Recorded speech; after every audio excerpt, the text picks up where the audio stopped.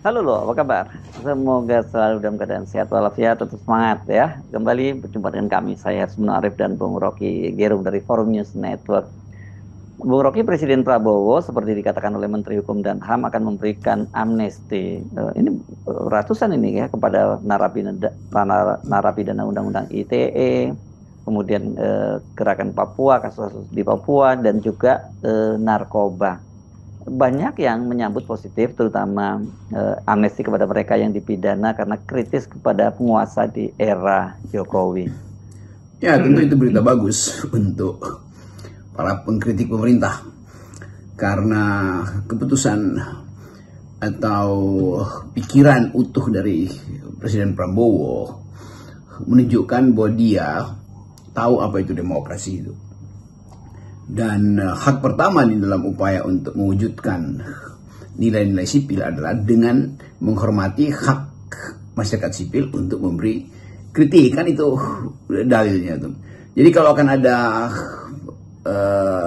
amnesti terhadap mereka yang di rejim pemerintahan Pak Jokowi dianggap sebagai tukang kritik atau dianggap sebagai penghina kekuasaan atau dianggap sebagai dengan mudah kita tahu bahwa anggapan-anggapan yang sebelumnya didelikkan sebagai kriminal oleh rejim Jokowi sekarang diubah atau dibatalkan sebetulnya dengan pemberian amnesti oleh Presiden Jokowi. Nah, Undang-Undang ITE itu juga seharusnya sekaligus dibatalkan karena itulah sumber dari waktu itu saya sebut kebanjinganan Presiden Jokowi itu, dan itu yang atau pemerintahan Jokowi. Jadi seharusnya kita mulai membaca Indonesia dari perspektif hak asasi manusia itu, dan itu menunjukkan koordinasi yang bagus antara Presiden, Menko Hukam dan Menteri Hak Asasi Manusia, memungkinkan kita akhirnya paham bahwa ya demokrasi memang adalah justru kemampuan untuk mengolah perbedaan, dan perbedaan itu selalu terwujud dalam bentuk kritik. Jadi tentu Prabowo yang datang dari latar belakang militer justru paham tentang human rights, sementara rejim sebelumnya Presiden Jokowi itu betul-betul datang dari masyarakat sipil tetapi justru tidak paham tentang human rights. Nah, kontras-kontras ini yang boleh kita sebut sebagai jaminan atau kita ingin dijaminkan bahwa ke depan semua hal yang menyangkut perselisihan di dalam wilayah politik itu tidak boleh dipidana. Kan politik memang dirancang untuk perbedaan pendapat, itu bukan untuk kesuksesan seseorang memenjarakan lawan politiknya. Itu saya kira poin plus dari pernyataan Presiden Jokowi. Presiden Prabowo tentu. Dengan langkah memberikan amnesti kepada mereka yang bersikap kritis kepada penguasa di era Jokowi, secara eksplisit kan berarti Prabowo memberi ruang kepada mereka yang juga mengkritisinya. Di samping tentu ini dia menunjukkan hal yang berbeda dengan Pak Jokowi. Harusnya ini tidak hanya berhenti kepada amnesti, tapi juga dilakukan revisi, bahkan menghapus undang-undang yang sering digunakan untuk menjerat mereka yang kritis pada penguasa. Ya, lalu apakah dengan demikian Presiden Prabowo membuka diri untuk dikritik? Ya, membuka diri atau tidak membuka diri, imperatif dari demokrasi artinya kritik. Jadi tetap kritik akan dilayangkan pada pemerintahan Presiden Prabowo. Kan itu dasar dari kehidupan atau konsekuensi dari kehidupan berdemokrasi. Jadi kalau banyak orang yang menganggap bahwa Jokowi gagal untuk mewujudkan demokrasi, memang gagal karena memenjarakan orang yang berbeda pandangan secara politik itu adalah ketololan sebetulnya, untuk tidak menyebut kedunguan seseorang atau sang pemimpin yang tidak paham bahwa mengelola perbedaan itu justru itu seni di dalam pemerintah tuh, bukan memenjarakan orang. Jadi hal-hal yang masih tersangkut di dalam rejim yang lama sudah saatnya atau memang dari awal tidak boleh didalilkan dengan satu delik tuh. Dan KUHP kita justru harus diubah cara berpikirnya atau paradigmanya itu. Hal-hal yang menyangkut human rights harus didasarkan pertama-tama pada kehendak publik untuk melihat pemerintahan yang basisnya adalah perselisihan tetapi mampu untuk mengolahnya di dalam percakapan argumentatif. Jadi tidak perlu ada semacam sentimen dikirim pada mereka yang berbeda pandangan tuh. Nah, pemerintahan Presiden Prabowo juga akan diuji dengan cara itu. Kemampuan Prabowo untuk mengolah politik di dalam maneuvering di DPR, kemampuan rejim ini atau pemerintahan baru ini untuk memahami bahwa akan banyak ada kritik masyarakat karena kesulitan ekonomi, karena pertentangan agraria, karena sebut aja hal-hal yang menyangkut kebebasan sipil, kemajuan di dalam demokrasi akan diukur berdasarkan penghargaan terhadap hal-hal itu. Jadi kita mesti lihat nanti apakah indeks demokrasi kita naik sedikit dibandingkan dengan indeks yang ditinggalkan oleh Jokowi yang buruk itu penanda bahwa masyarakat memberi dukungan secara masuk akal pada pemerintahan Presiden Prabowo. Kan itu kontrasnya mesti dilihat di situ. Jadi teruskan aja teman-teman yang beroposisi atau kelompok-kelompok yang menghendaki semacam kesimpulan dari pernyataan Prabowo bahwa akan ada amnesti terhadap sebut aja dalam tanda petik tahanan politik, dan itu sebetulnya terutama yang harus kita pahami itu bahwa ada yang diberi amnesti juga karena usia, karena penyakit, yaitu hal yang memang dasarnya adalah kemanusiaan. Tetapi delik politik tidak boleh ada lagi di dalam pemerintahan Presiden Prabowo ke depan. Bung Rocky, ini banyak sekali orang yang menangkap tone yang positif dari Anda ini terhadap komen-komen Anda ini terhadap Pak Prabowo. Banyak yang mempersoalkan mengapa kok ada standar yang berbeda yang Anda terapkan ini kepada Pak Jokowi dengan Pak Prabowo.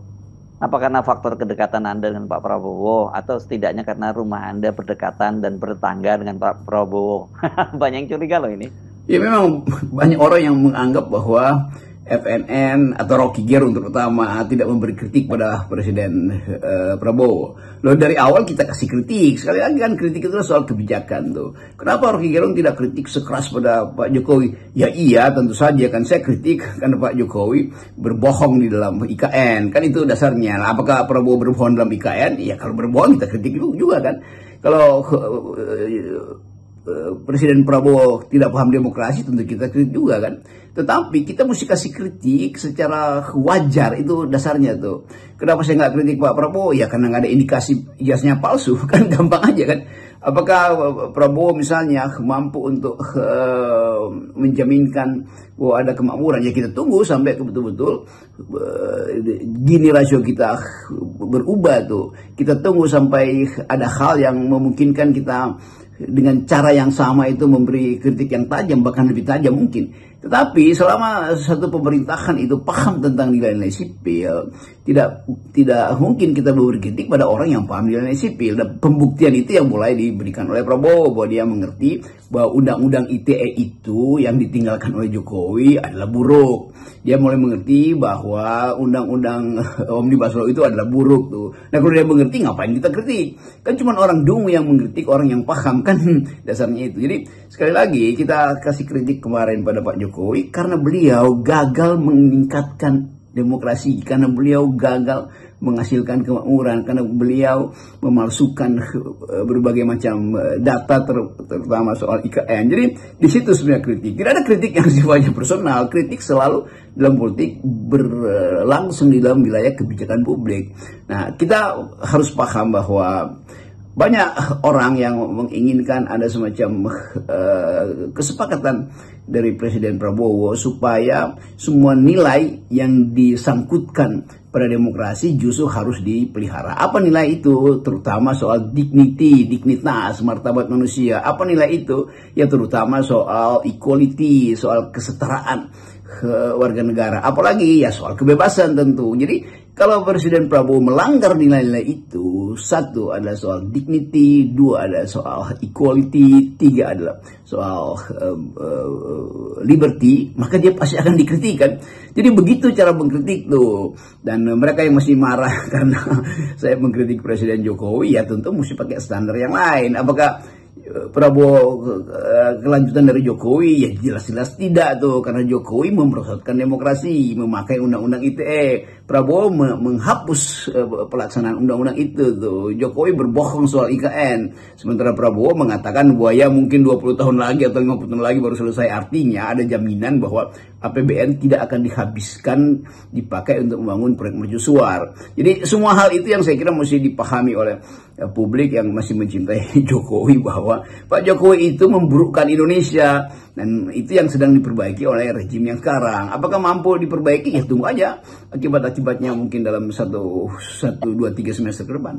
Balik lagi ke soal amnesti tadi, saya membaca komen dari Sahganda Nainggolan, sahabat kita ini ya, yang pernah mengalami dia mendekam di penjara di era Orde Baru dan juga di era Jokowi. Semuanya karena sikap kritis dia begitu ya.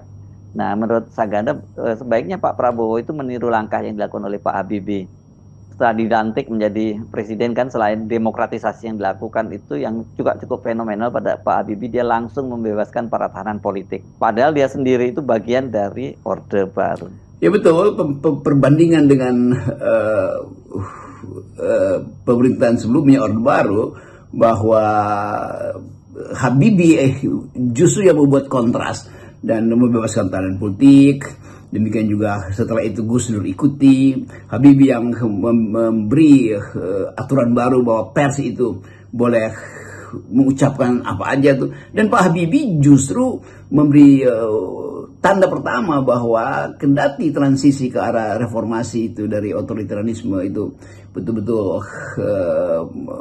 harus dilakukan secara kualitatif, dan pembuktian itu yang dia tuntun dengan akibat bahwa dia merasa tidak perlu lagi dia dipilih kembali itu karena ada penolakan publik. Walaupun Habibie yang memulai demokrasi, tapi publik tetap menganggap bahwa Habibie itu bagian dari Orde Baru. Dan Pak Habibie dengan senang hati mengatakan, ya saya tidak perlu lagi dipilih karena saya memang tidak diterima karena masih ada bau-bau Orde Baru.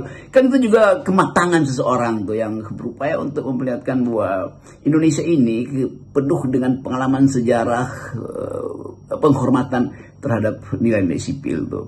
Indonesia penuh dengan pengalaman sejarah, diperlukannya tradisi untuk berargumentasi tuh. Jadi selama ada situasi berargumentasi ya tidak diperlukan sebetulnya oposisi tuh. Tetapi beroposisi itu sendiri artinya berargumentasi secara negatif, berargumentasi melawan argumen yang dimonopoli oleh negara, kan itu prinsipnya. Jadi teman-teman yang memungkinkan kita bersahabat sebagai warga negara adalah kalau ada wilayah yang kita sebut argumentatif society, masyarakat yang argumentatif. Di mana dia dimulai?